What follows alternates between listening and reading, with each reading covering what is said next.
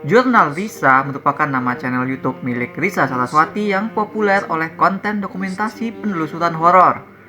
Risa Saraswati sendiri adalah seorang musisi, penulis buku yang klaim memiliki kekuatan supernatural yang mampu berkomunikasi dengan makhluk gaib. Cerita-cerita hantu Risa telah banyak menginspirasi skena horor kita, dan sekarang film berjudul Jurnal Risa by Risa Saraswati didokumentasikan oleh Rizal Mantovani, membawa kisah Risa dan timnya menangani kasus hantu arwah leluhur yang namanya tidak boleh disebut ke layar lebar. Ya, nama tampak seperti sebuah tema yang penting di sini. Apalagi di zaman perkontenan, ya kan? Nama sama aja dengan sebuah branding yang kuat.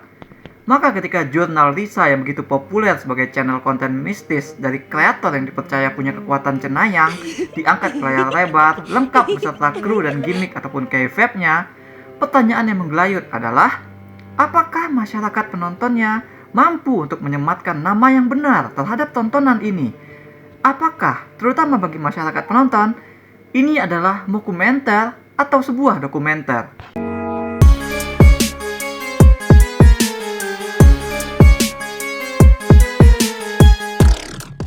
Kenapa hal tersebut jadi concern buatku? Karena film sebagai media sama powerfulnya dengan sebuah nama.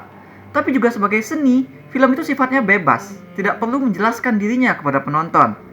Aku ngerti, sama seperti WWE, pada film ini pun ada ilusi, ada kayfab atau branding yang harus dijaga lewat gimmick-gimmick atau konsep. Jurnal Risa by Risa Saraswati bahkan sampai mengganti istilah directed by menjadi documented by, supaya kesannya seperti beneran dokumenter. Risa Saraswati memerankan dirinya sendiri bersama kru yang sebagian besar juga keluarganya yang pada punya kekuatan supernatural juga. Risa ceritanya mengadakan uji nyali untuk kontennya, tapi salah satu peserta, seorang influencer bernama Prinsa, sompral menyebut-nyebut nama hantu yang terlarang untuk diucapkan. Nah, konflik pada film ini ketika hantu si Sam X beneran memasuki Prinsa. Ya kan, dalam 5 hari ini si hantu akan nge-take over dari cewek itu. Maka tim jurnal Risa harus membawa Prinsa ke kampung halaman Sam X. Dan untuk membuatnya personal, diungkap ternyata Sam X adalah Uwa alias keturunan atau tetua dari Risa sekeluarga. Sebenarnya ada bedanya. It's one thing membuat film kita tampak begitu real dengan konsep realisme dibuat sedemikian sukses, didukung oleh penceritaan yang imersif, sehingga penonton bertanya-tanya ini sungguhan atau tidak.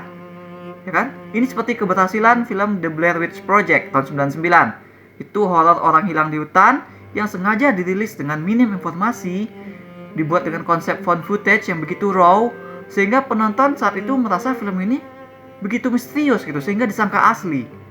Tapi it's completely another thing jika ilusi tersebut hanya disandarkan kepada kepercayaan base penontonnya terhadap brand atau persona dari kreator. Like WWE tidak pernah menjual diri mereka sebagai sport, melainkan sebagai sport entertainment, olahraga hiburan.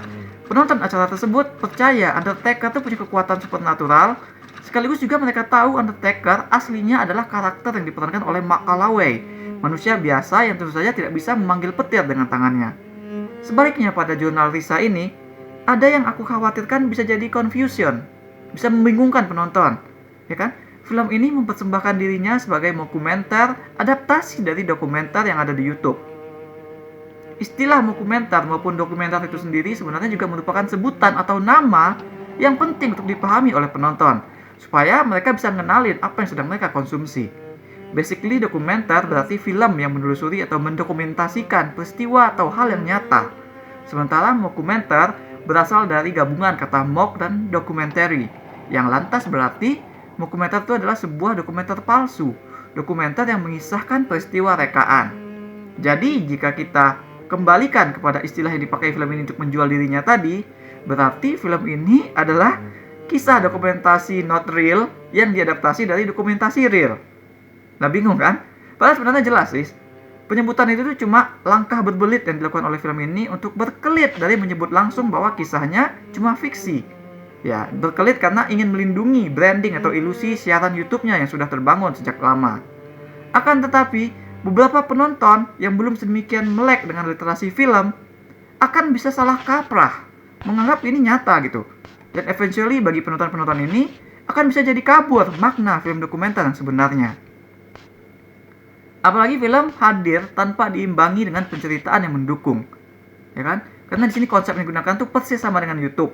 Karakter yang memerankan diri sendiri, mereka nelusurin misteri, bantu orang yang memasuki hantu. Film itu kayak seperti konten YouTube-nya dengan durasi yang lebih panjang gitu. Nggak terasa seperti struktur sebagai film itu sendiri. Sebagai film, Jurnal Risa by Risa Saraswati adalah dokumentari bergaya found footage horror. Adegan-adegan yang kita lihat adalah tangkapan dari kamera yang digunakan oleh karakter. Basically ini kan sama aja sebenarnya kayak Keramat 2 misalnya. Hanya saja di film itu kita langsung tahu bahwa itu dokumenter, itu fiksi. Karena walaupun para aktor menggunakan nama asli mereka, kita paham yang mereka mainkan tuh hanya karakter. Lutesa jadi Lutesa Cenayang, Umay jadi Umay si YouTuber. Itu karena sebagai karakter, mereka itu punya plot, punya penulisan, punya motivasi, celah, aksi, pilihan, dan sebagainya. Cerita yang tersusun menjadi bangunan dengan struktur sinematik. Jurnal Risa by Risa Saraswati ini nggak punya itu semua. Sebenarnya film ini tuh nggak lolos untuk kita sebut sebagai film gitu. Menggunakan nama yang benar pada suatu hal memang adalah hal yang begitu penting. Karena nama membawa identitas bukan saja untuk orang lain, tapi juga mengingatkan kita kepada diri kita sendiri gitu. Makanya Dumbledore selalu menekankan kepada para penyihir yang lain untuk memanggil Voldemort dengan nama aslinya, bukan dengan nama samaran yang menambah kemistisan dan akhirnya semakin membuat para penyihir itu takut kepada dirinya. Makanya juga di film-film horor, penting bagi karakter untuk mengetahui nama setan yang mereka hadapi. Ya kan di film ini Risa memang takut nyebut nama Sam X, tapi solusinya tetap mengarah ke hal yang sama, yaitu untuk mengenali si hantu dari tempat asal mulanya berada. Risa ini, harusnya kan dia karakter utama, tapi dia nggak ikut kemana-mana, tidak ngalamin apa-apa, tidak ikut menjaga Prinsa yang ketempelan hantu. Melainkan dia cuma muncul sebentar mendemonstrasikan kemampuannya melihat atau berkomunikasi dengan makhluk tak kasat mata. Lalu kadang dia jadi narator yang mengisahkan perjalanan ataupun bahaya yang ditempuh oleh timnya. Tidak ada plot pada Risa. Ya kan, ceritanya juga cuma misteri siapa Sam X gitu. Dan mungkin misteri kenapa banyak orang yang salah menyebut nama Prinsa. Soalnya di sini juga Prinsa nggak digali. Padahal sepertinya backgroundnya menarik, ya kan? Easily cerita bisa dikembangkan dari karakter Prinsa. Tapi enggak, naskahnya gabut. Tim Risa yang actually terjun untuk beraksi pun cuma berdiri di situ aja gitu dengan tampang tegang sepanjang waktu. Film ini serius banget. Seandainya kru ataupun keluarganya yang banyak itu hadir dengan personality masing-masing, atau mungkin katakanlah dengan kekuatannya masing-masing, mungkin film bakal lebih hidup. Lucunya, sama seperti kita yang nonton, mereka tuh juga kayak nonton paranormal lain atau orang desa lain berusaha menolong Prinsa. Pokoknya mereka tuh cuma punya one job, antara ketakutan atau kesurupan, dan itu pun actingnya atrocious semua. Nggak ada yang meyakinkan. Sampai-sampai aku mempertanyakan diri sendiri. Actingnya begini nih, jangan-jangan sebenarnya memang nggak ada yang percaya film ini asli gitu. Sebagai found footage horror, film ini juga not good. Karena arahannya sama sekali nggak peka sama momen-momen mana yang bisa dimainkan dalam konsep rekaman footage tersebut. Momen mereka menjaga Prinsa di rumahnya sendiri misalnya. Kalau sutradaranya gercep sama konsep ini, pasti akan ada adegan kayak di Paranormal Activity, ya kan, dari rekaman CCTV atau kamera yang dipasang di kamar Prinsa. Nah lucunya di sini, kamera itu dipasang di tempat para kru bobo di ruang tamu. Dan kamera-kameranya itu treatmentnya juga sama semua. Tidak ada estetik khusus yang membedakan kameranya, ya kan?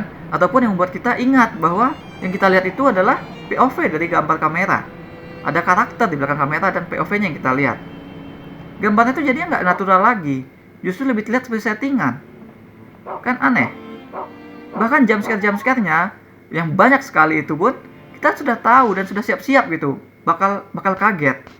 Dengan kata lain, arahan horor film ini masih sangat basic, hanya untuk kaget-kagetan dan less about menciptakan tension ataupun situasi yang mencekam.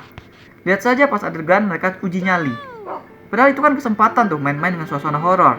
Tapi belum apa-apa, film udah langsung ancang-ancang untuk jump scare. Fokusnya cuma di sana gitu. Ketika mereka masuk dunia lain, sebenarnya lebih menarik bagian itu.